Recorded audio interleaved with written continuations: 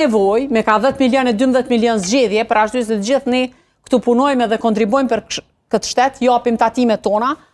nuk kemi nevoj. E keni 51%, e keni komplet qeverin, urdhëni jep janë një partije politike, le të bin emrin, natyrisht që duhen me tregu emrin, se kërkosh nuk mund të mos zgjedh dikun, pa e tregu emrin, aty e ndaj komplet mendimin e juj, ofroni një kandidat, zgjedheni, po jo vetë pro forma, që me ble kohë edhe këto lojrat politike. Ju thatë që keni qenë gjithmonë sinqert. Vetëm këtë po ju sfidoj 50 herë me kandidu gruan e njëjtë për krye parlamentare, me të vërtet nuk ka qenë, do më thonë kjo ka qenë një zvarritje vitin e kalum, që nuk ka qenë e nevojshme. Do më thonë këto lojrat politike bëhen politikë. Po kësaj herë të bëhemi të menqëm, se në qofë se përsëri do të shkojmë zgjedhje, e mendoj që do ta kemi situatën e 9 shkurtit, ku përsëri askush nuk mund e bën qeverin, askush nuk mundet me bo presidentin, edhe ne veç mesim me të vërtet të e zvarrit edhe të e qu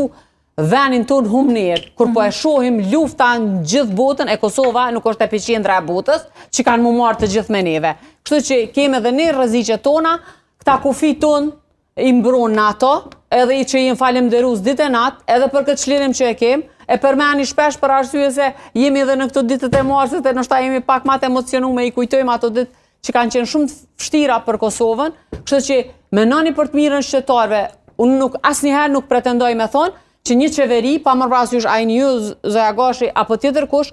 punon për të keqen e vendit tonë, punojnë atë sa din, atë sa mundën. Mirë po, kësaj here, me 51% me të vërtet, në qoftë se nuk zgjedhet presidenti, unë mendoj që gjykata kushtetuese nuk vendos vetëm normat ligjore, edhe nuk e merr parasysh vetëm kushtetuesin,